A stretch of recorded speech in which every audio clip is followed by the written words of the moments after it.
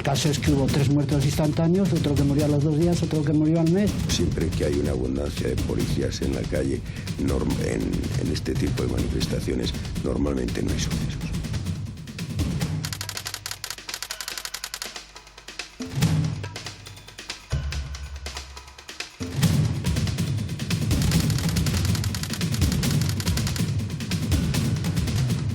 Yo saco la pistola, bueno, ¿y qué? Si eres hombre, pues si la sacas, úsala.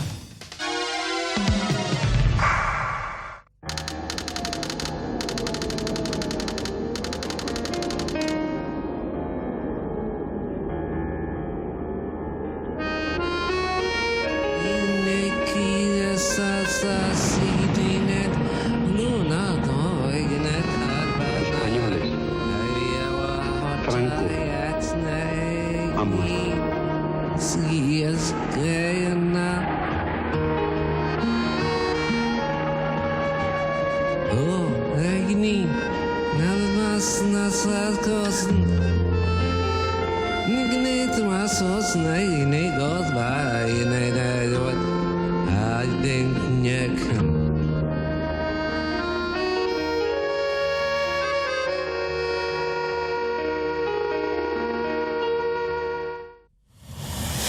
...1976...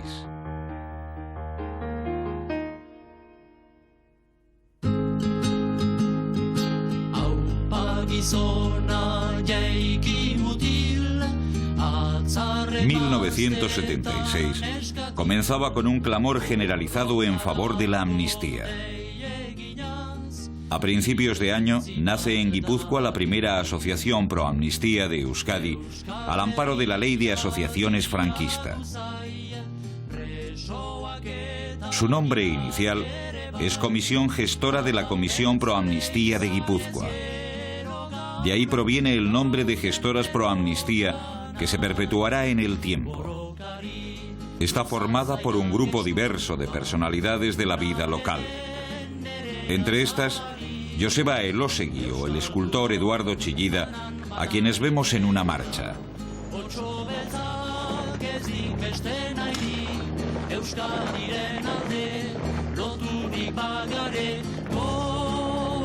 En aquellos días, muchas de las manifestaciones pro amnistía se dirigen a las cárceles. En muchas ocasiones se producen enfrentamientos entre policía y manifestantes con heridos en ambos bandos. Los enfrentamientos entre manifestantes pro amnistía y la policía franquista cobran sus primeras víctimas mortales. El joven Juan Luis Aristizábal moría a causa del impacto de un pelotazo de goma. En el verano, la lucha por la amnistía se intensifica. En julio, 150.000 personas se manifiestan en Bilbao a favor de la amnistía. Horas más tarde, en una manifestación similar en Santurce, reprimida duramente por la policía, fue asesinada una mujer de la localidad, Begoña Menchaca.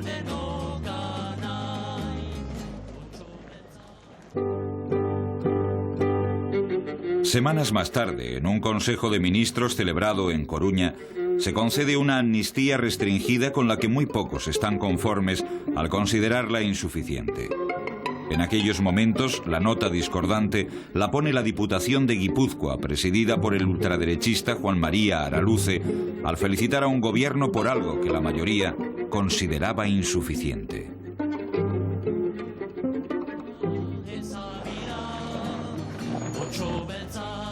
En la lucha por la amnistía se ven involucrados municipios vascos, clubes de fútbol, asociaciones culturales.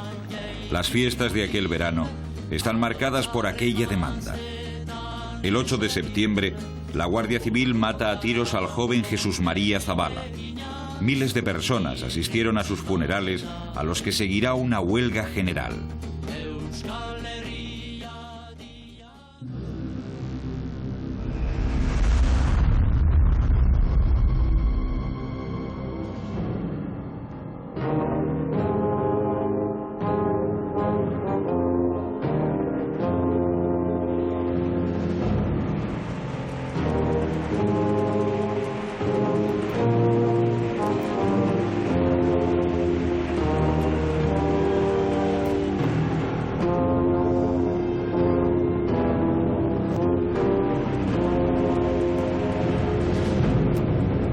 7 de enero comienzan los conflictos laborales en Vitoria.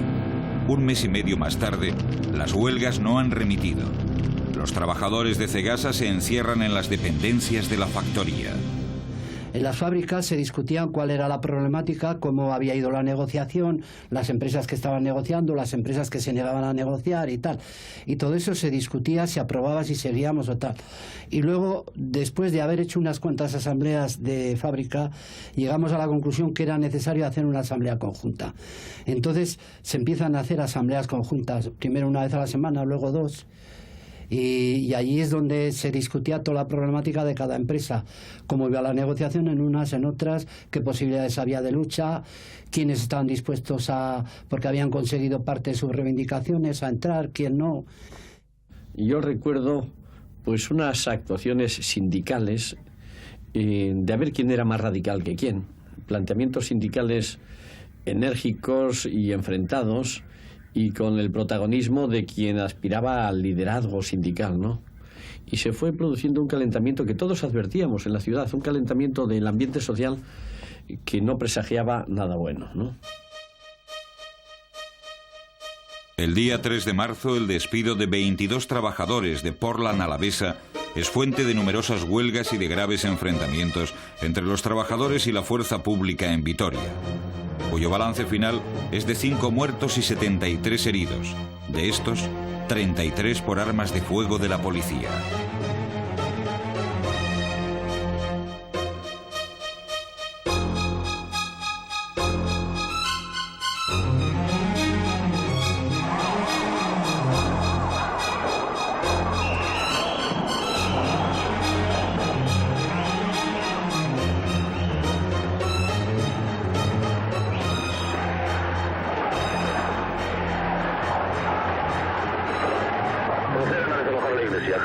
De acuerdo, si donde se lo por las penas, si no, a palo limpio, cambio. Está represa de tíos. Entonces, por las afueras tenemos rodeados de personal. Vamos a recuperar las armas. Sacarlos como sea, cambio. Por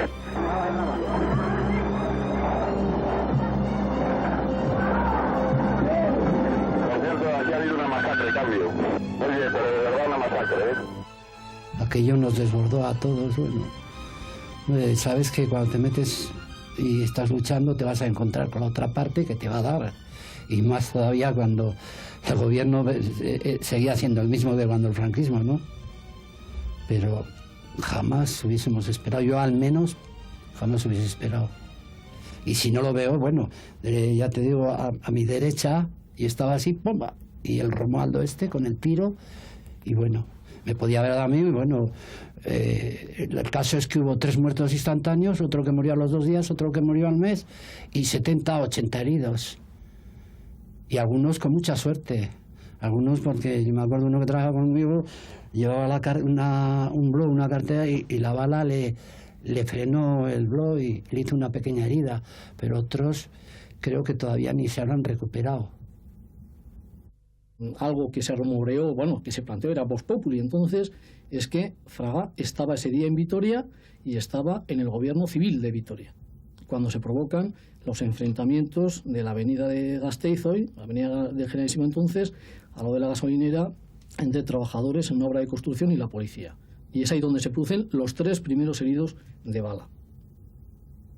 Y yo creo que durante mucho tiempo se dejó, a mi juicio, con excesiva manga ancha, manifestaciones de todo tipo que realmente crearon un clima malo, y el día de los hechos además hubo una actuación de la policía, de muy poca policía y muchos manifestantes. Ya entramos en cuestiones estrictamente de actuación policial, pero siempre que hay una abundancia de policías en la calle, en este tipo de manifestaciones, normalmente no hay sucesos.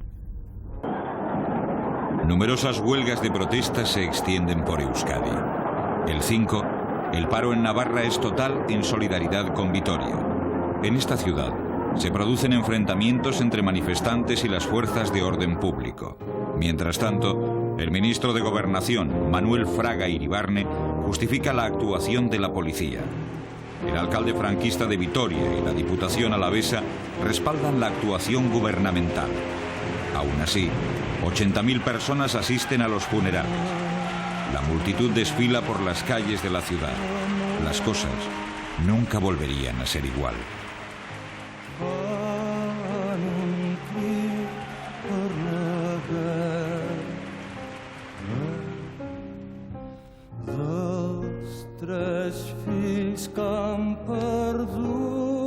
Resulta difícil aprobar el hecho de que la fuerza pública penetre violentamente en uno de nuestros países. No es lícito matar, no es lícito matar así. Para estas muertes creemos que no se puede encontrar justificación. La huelga general debe continuar y nos debemos unir a la convocatoria de huelga general convocada para el lunes en todo el País Vasco.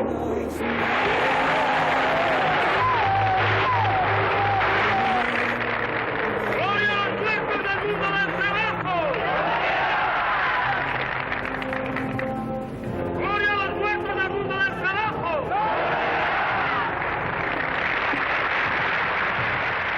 El 3 de marzo del 76, que nos tocó vivir a los vitorianos, fue, yo creo que, la definitiva desaparición del franquismo. Franco murió en noviembre del 75, pero todavía, después de su muerte, seguía el franquismo vivo.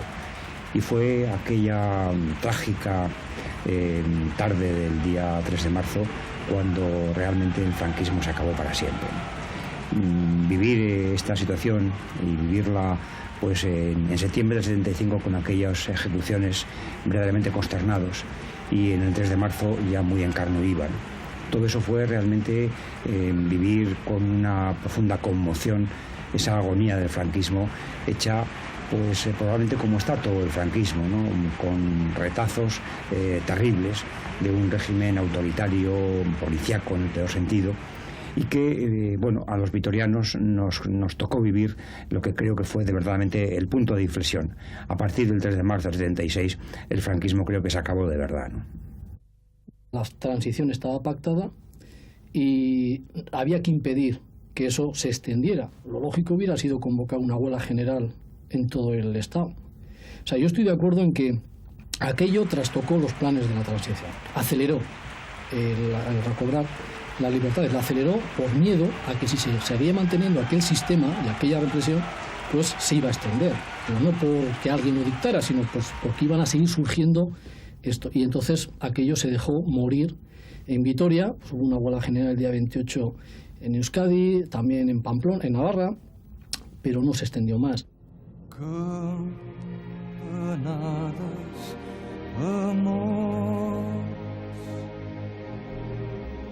Per les tres boques closes, ai, d'aquell trobador. El día 6, Manuel Fraga, acompañado de Rodolfo Martín Villa, visita a los heridos en Vitoria y son increpados por los familiares.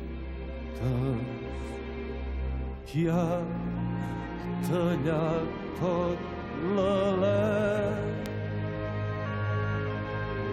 d'aquests cossos tan joves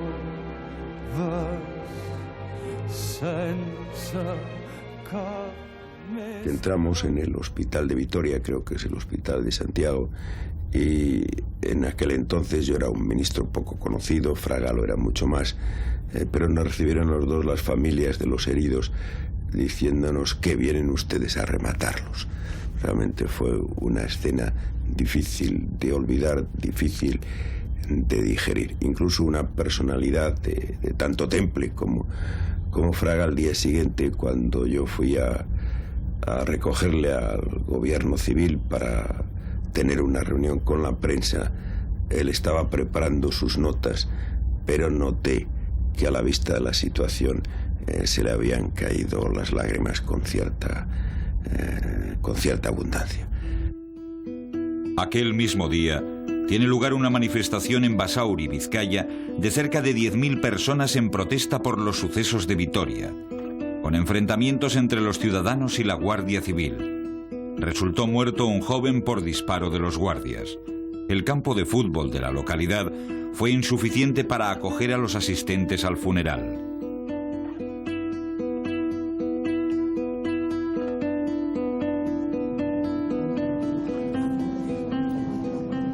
El movimiento obrero vive días de eclosión a pesar de la represión.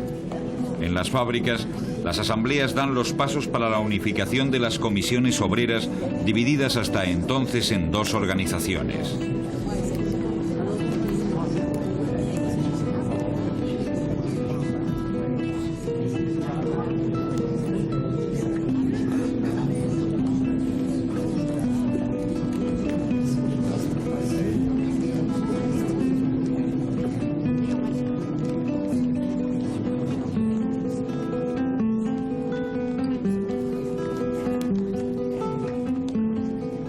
Este proceso de reorganización también va a afectar al que, pasado el tiempo, se convertirá en el primer sindicato vasco, ELA-STV.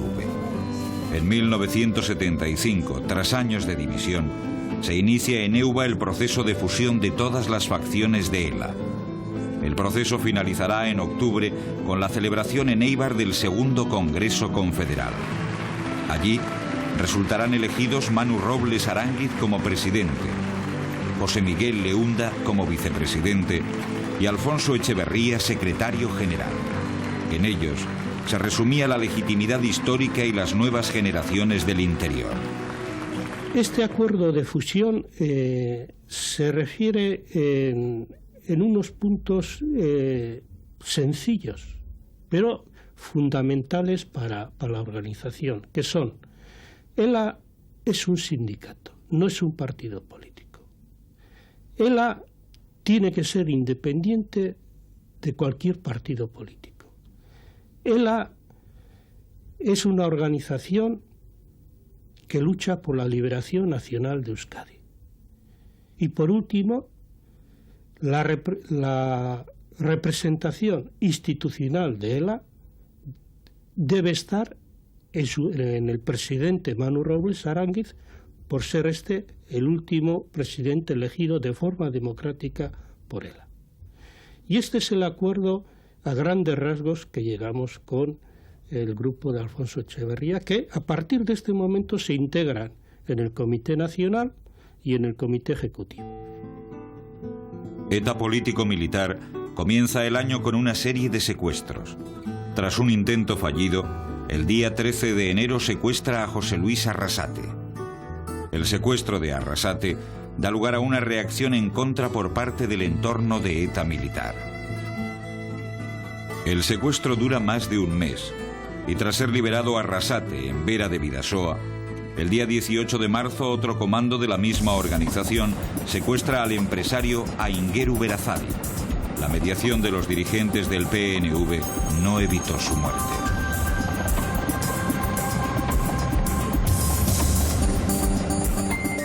Fue un proceso largo. Tuvimos una entrevista donde estaban el difunto Pertur, estaba Marc, estaba uno que no me acuerdo, con cara de bueno, no me acuerdo quién era, y alguno más. Y nosotros, pues muy enteros, estábamos Bujanda, Retolaza, Miquel Isasi, creo, y yo, al otro lado de la mesa, y les conminamos que en 24 horas aquel hombre suelto, que aquel pertenecía al mundo vasco, que no había derecho a lo que estaban haciendo, y que si no querían vérselas con nosotros, que aquel tío a la calle. No. Nos hicieron, como te puedes entender, el caso que nos hicieron. La verdad es que yo hubiera puesto la mano en el fuego de que los que estaban allí sí querían que no terminara, por lo menos que no terminara Berazadi como terminó, porque aquello fue una crueldad tremenda. ¿Qué podíamos hacer sino ganar tiempo? Y quizá el ganar tiempo era todavía prolongar la agonía del pobre Berazadi. Insistimos, él insistía que había que dar solución, pero la solución la tienes tú. Y no, yo es que no tengo fluidez con los contactos y va a morir o lo van a matar. Se puede calcular, pues, cuál es no la responsabilidad, sino el estado de ánimo de quienes, con una determinada voluntad, acudimos a citas para solucionar un problema y vemos que nuestra fuerza y nuestras posibilidades no son capaces de arreglar una determinada situación que la veíamos verdaderamente cruenta.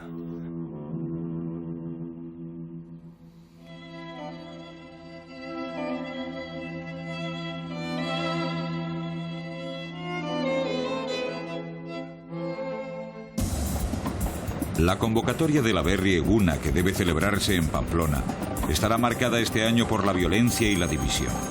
Los partidos que forman el gobierno vasco y la Alianza Democrática de Euskadi se retiran de la convocatoria como protesta por el asesinato de Aingeru Berazadi. Solo los partidos de izquierda nacionalista y de la extrema izquierda se manifiestan en la capital navarra.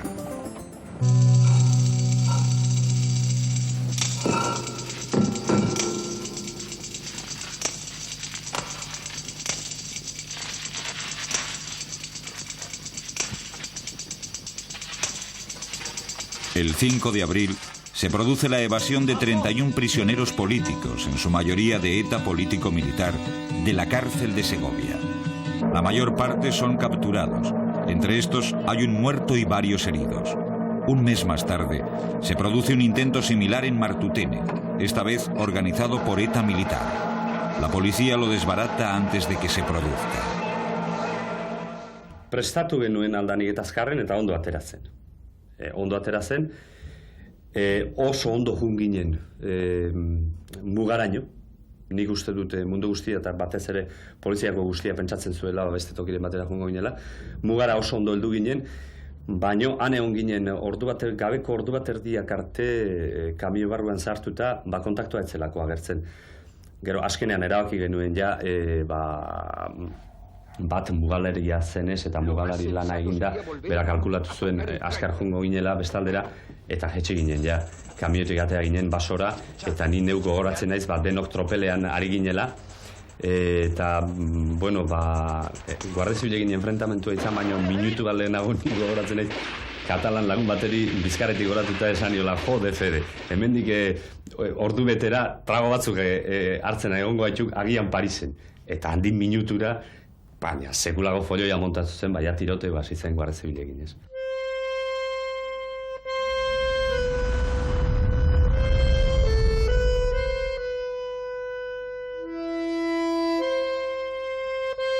Aquel verano, una noticia conmociona a la opinión pública. Es secuestrado en el País Vasco continental Eduardo Moreno Vergareche, Pertur, uno de los líderes indiscutibles de la rama político-militar de ETA. Pertur era uno de los más decididos partidarios de profundizar en la acción política.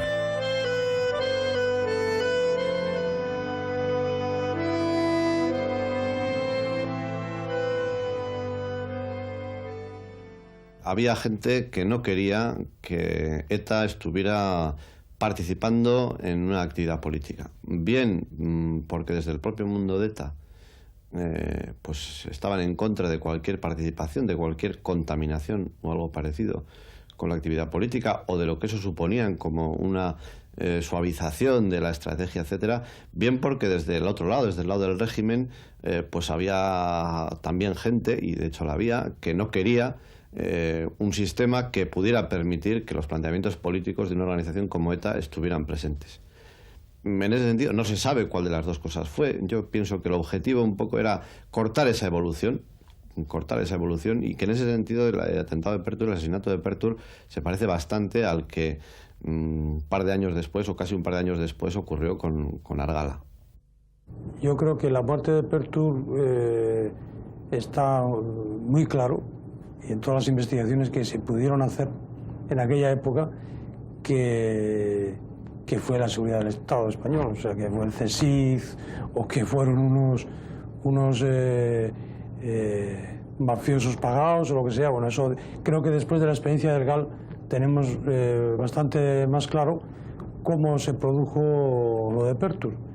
Es decir, todos los elementos que se investigaron además en aquel momento estaban muy claros en qué sentido había ido aquello.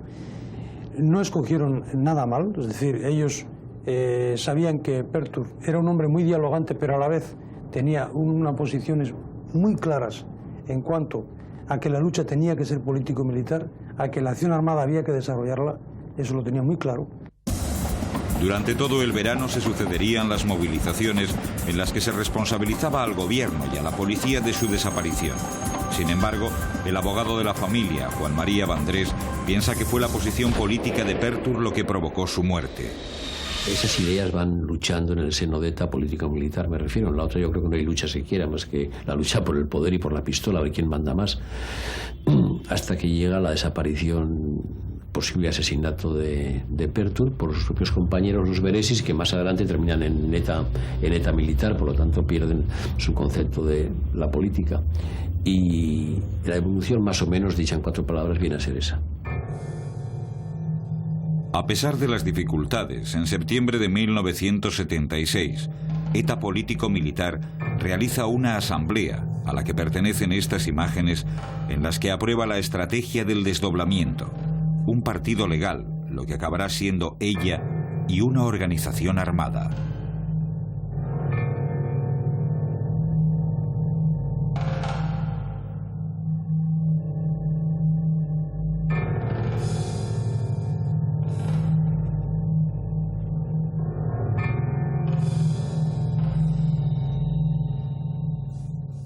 En torno a la Ikurriña, un símbolo que los franquistas reformistas se empeñaban en mantener en la ilegalidad, se producen acciones de todo tipo.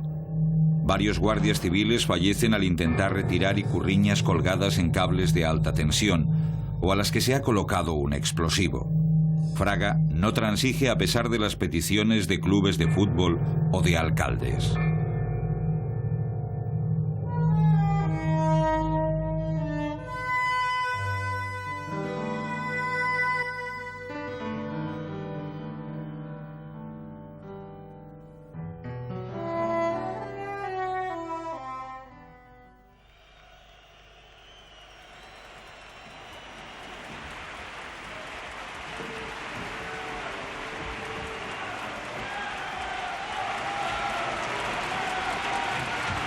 En este clima, el 5 de diciembre de 1976, se va a producir el acto con mayor contenido simbólico.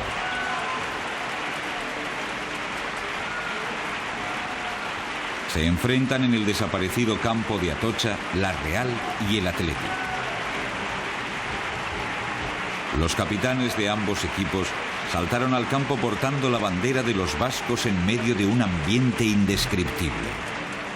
Semanas más tarde, la víspera de San Sebastián, la ikurriña quedaba definitivamente legalizada.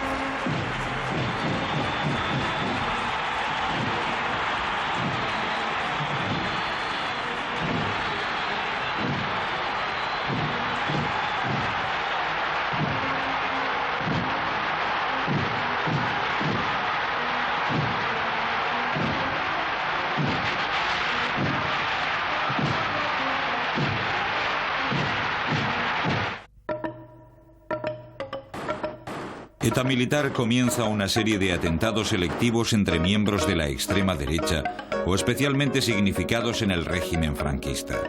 El día 9 de febrero asesina al alcalde de Galdácano, Víctor Legorburu, considerado de simpatías ultraderechistas. Tras matar por error a Galarza, a quien confunden con el alcalde de Cizurquil, ETA militar no ceja en su campaña y el 1 de marzo acaba con la vida de Emilio Guezala Aramburu. El día 14 realiza un atentado contra un taxista de Zumaya. A este seguirán Vicente Soria Blasco y el día 8 de abril Luis Albo Llamosa.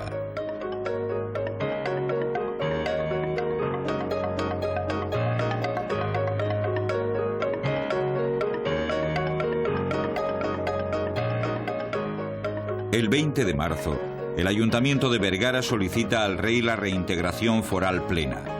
Se inicia así un movimiento singular que nace desde instituciones franquistas y que ha pasado a la historia como de los alcaldes. La reacción de los franquistas más duros no se hace esperar.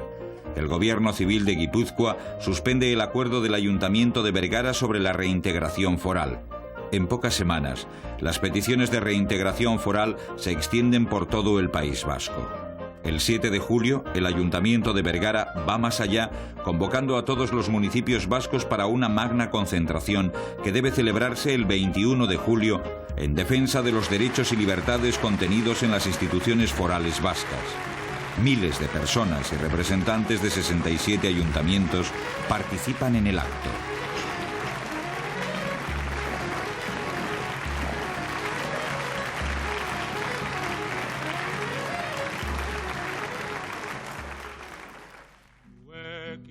La extrema derecha y grupos parapoliciales campan por sus respetos. Uno de sus objetivos son las librerías. El día 17 de febrero, atentado contra la librería El Parnasillo de Pamplona. El 17 de mayo, contra las librerías Cucha y Lagun en Donostia.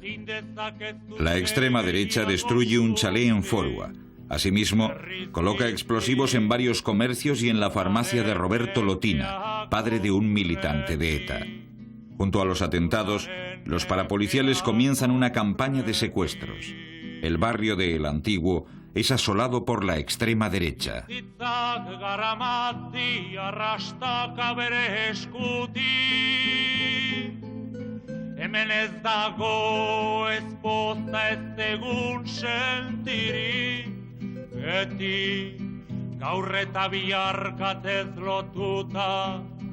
Bizitzaren bidetik,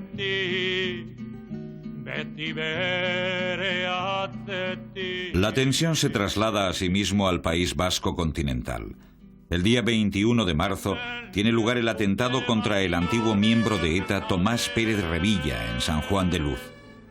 Su esposa resulta gravemente herida. Poco después, desaparecen a la puerta de un cine pornográfico del País Vasco continental dos inspectores de policía españoles, José Luis Martínez y José María González, que habían cruzado la frontera para ver películas. El 14 de mayo, un comando cazó en el País Vasco continental al supuesto anticuario Martínez y lo entregó a la policía. Pero la administración francesa, tras la intervención del cónsul Baselga, lo devolverá a España. Posteriormente, los anti-ETA cambiaron de métodos y personas. Ya no se volvió a hablar de policías españoles. La acción quedó en manos de mercenarios. Era, en el fondo, menos complicado y más fácil.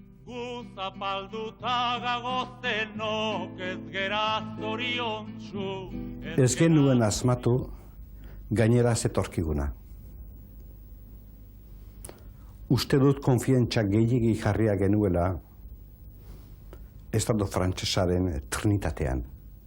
Hau da, egalite, liberte, egalite eta fraternite. Pentsatzen dut, ingenuo samarrak izan ginela. En aquellos días fueron detenidos Aní Vilar, Roberto Nani y José Martínez del Barrio, miembros de un comando mercenario encargado de secuestrar a José Miguel Beñarán, Argala y Chomin Iturbe. Posteriormente también fue detenido el legionario Salvador Grau, cuando transportaba armas para atentar contra refugiados antifranquistas.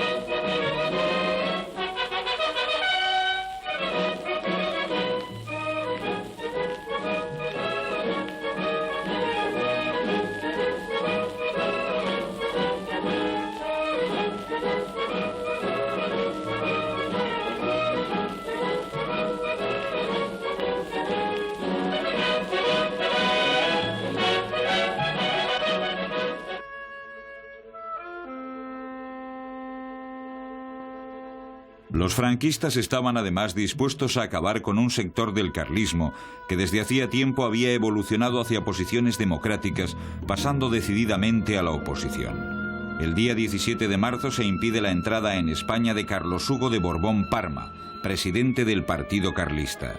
el 8 de mayo, celebración en Montejurra de un acto organizado por el Partido Carlista, partidarios de Sixto de Borbón y fuerzas de extrema derecha fuertemente armadas disparan contra los carlistas demócratas, causándoles 2 muertos y numerosos heridos de bala ante la inhibición de las fuerzas policiales.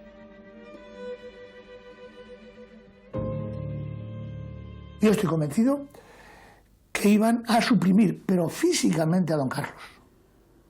Pero físicamente a don Carlos. Yo recibí a don Carlos con peluca en los Tablos Abetos. Yo lo llevé hasta una casa donde esperó 2 días.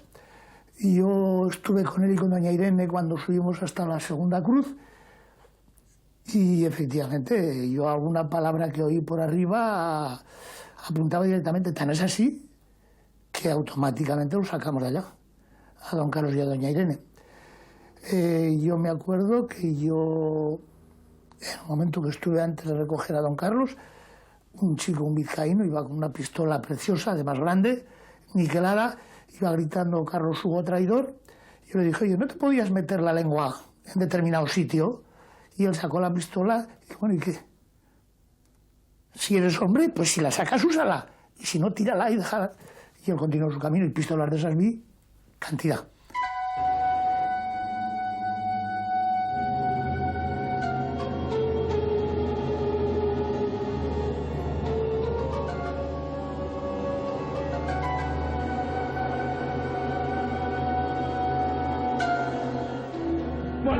¡Vendido! ¡Artistas!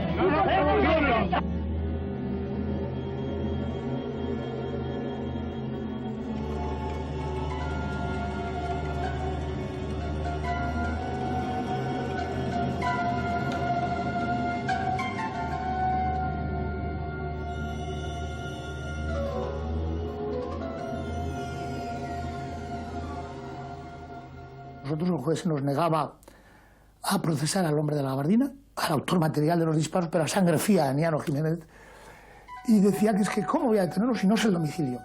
Y tuvimos que ir a un carlista en Estella que tenía todas las vías telefónicas para coger la de Huelva y mirar José Luis Marín García Verde, ver la calle y el número, ir al juzgado y decirle en tal, y entonces acordó el procesamiento. Acordó el procesamiento y la prisión. Y nosotros que habíamos pretendido que era un delito político desde un primer momento, se nos negó rotundamente esa posibilidad, que eran delitos normales, vulgares y corrientes en el Código Penal, y así siguió, hasta que vino la ley de amnistía de octubre del 77. Y en el momento que llegó la ley de amnistía de 1977, lo que había sido un delito vulgar y corriente, automáticamente lo convirtieron en delito político, acogido a la ley de amnistía, archivo y sobreseimiento.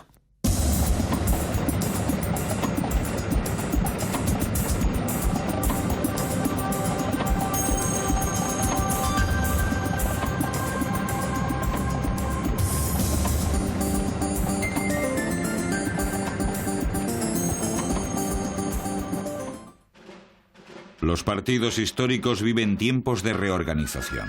Así, en noviembre, se produce la reaparición masiva del PNV en Anoeta. 5.000 personas escuchan las intervenciones de José María Altuna, José Anlizarríbar, Gerardo Bujanda y Xavier Arzallus.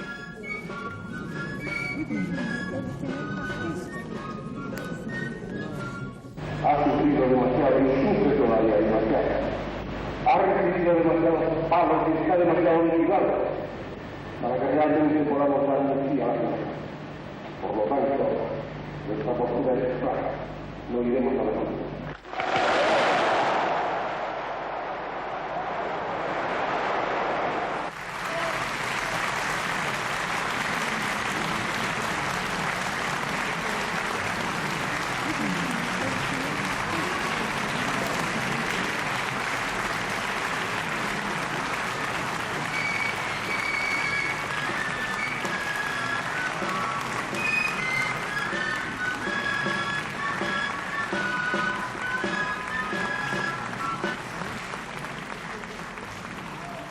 El día 15 de febrero, Felipe González, secretario general del Partido Socialista Obrero Español, inicia una gira por Euskadi. Grupos radicales logran interrumpir una conferencia en Sarrico. En Éibar, uno de los feudos históricos del socialismo, no lo logran. Los reventadores son expulsados del recinto, como se ve en estas imágenes.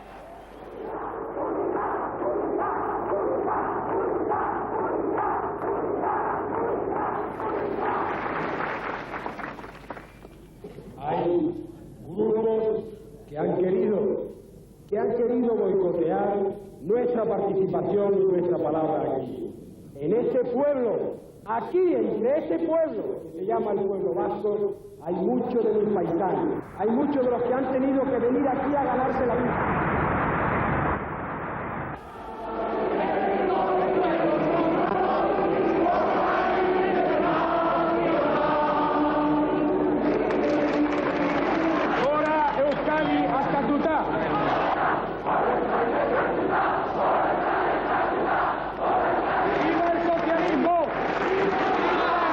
En marzo de 1966 se celebró el primer mitin en todo el Estado, y fue un mitin socialista en todo el Estado. El mitin fue celebrado, el primer mitin socialista de todo el Estado se celebró en el frontón Astelena de Éibar, y Felipe González tenía que participar como secretario general. El día anterior Felipe González había sido abucheado por un grupo de estudiantes radicales, nacionalistas radicales, en la Facultad de Económicas de Bilbao. Y al día siguiente tenía el mitin en Éibar. El frontón Astelena estaba lleno, absolutamente lleno.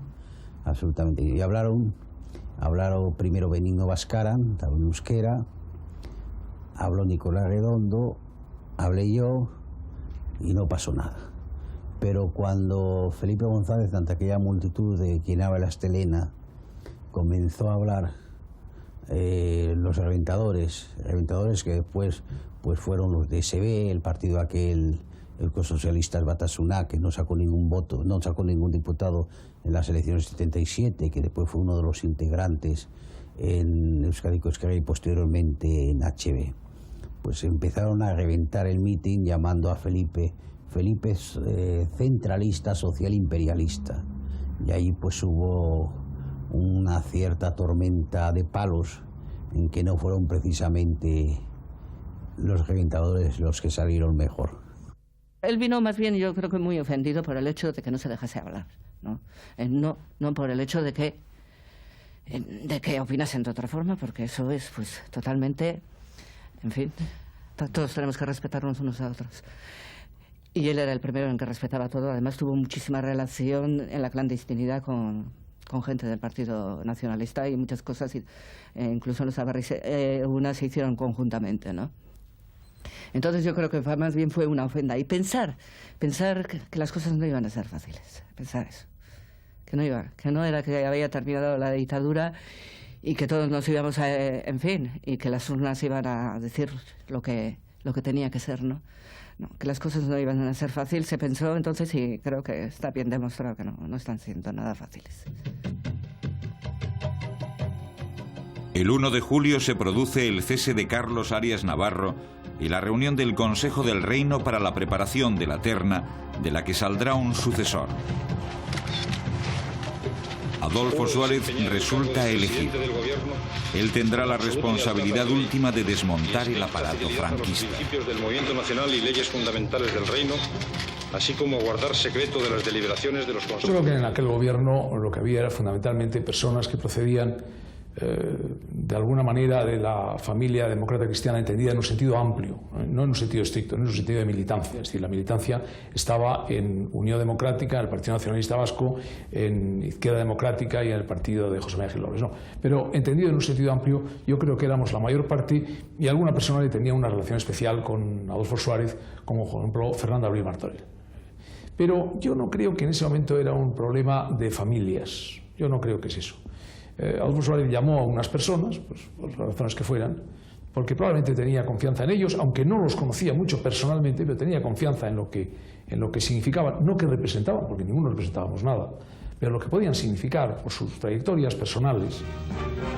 El primer paso en este proceso será el referéndum de reforma política cuya campaña y contenidos no revistieron garantías democráticas. Hubo un centenar de personas detenidas en el País Vasco mientras hacían campaña pro abstención.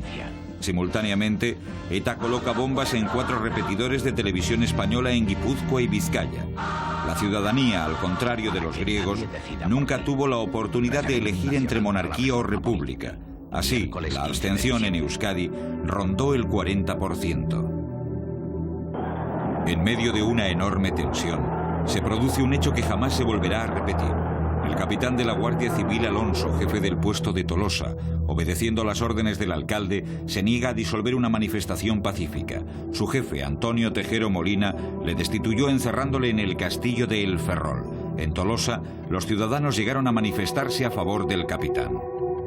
Las muertes se suceden en uno y otro bando. Se presume un otoño caliente. Mueren manifestantes como Jesús María Zabala en Hondarribia o un joven que discute con un policía de paisano en una discoteca. El 5 de octubre, ETA militar atenta contra el presidente de la Diputación de Guipúzcoa y el líder más característico de la extrema derecha vasca. Resultan muertos, además de Juan María Araluce, 3 policías de la escolta y el chofer. Punto y Hora critica el atentado. ¿A quién beneficia? Tras el funeral de Araluce en el Buen Pastor de San Sebastián, se organiza una manifestación por la calle Loyola y Avenida. Poco después, grupos de parapoliciales armados con pistolas y bombas de humo siembran el terror en la capital guipuzcoana.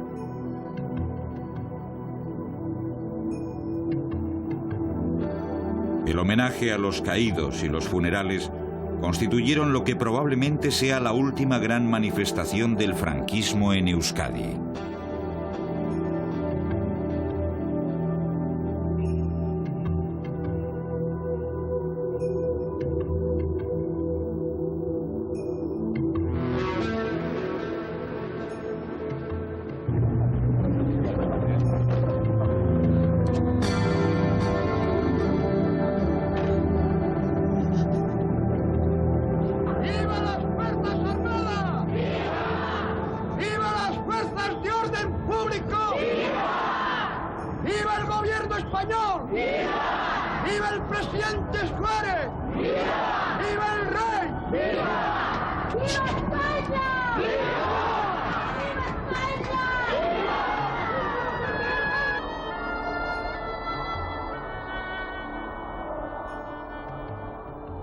La tensión que se vive en Euskadi es tan alta que Rodolfo Martín Villa, flamante ministro de Gobernación, deberá viajar a Euskadi para calmar los ánimos.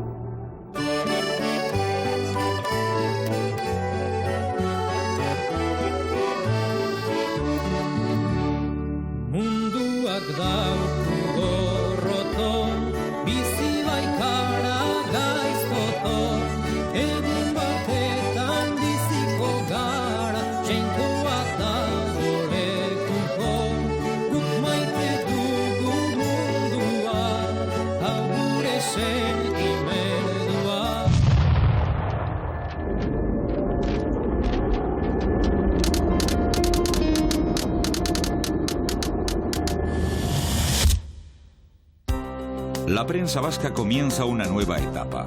A lo largo de 1976 surgen una serie de semanarios independientes. Punto y Hora de Euskal Herria, Garaya, Berriak, Euskadi.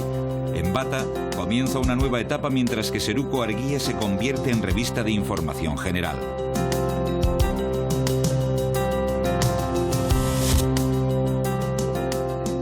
El día 20 de febrero, el Consejo de Ministros, celebrado en Barcelona, reconoce oficialmente a Euskaltzaindia Academia de la Lengua Vasca.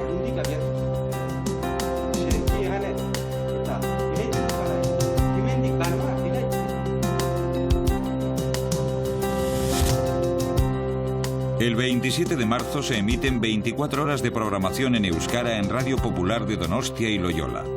En la fiesta de clausura en el velódromo de Anoeta se reúnen 12.000 personas.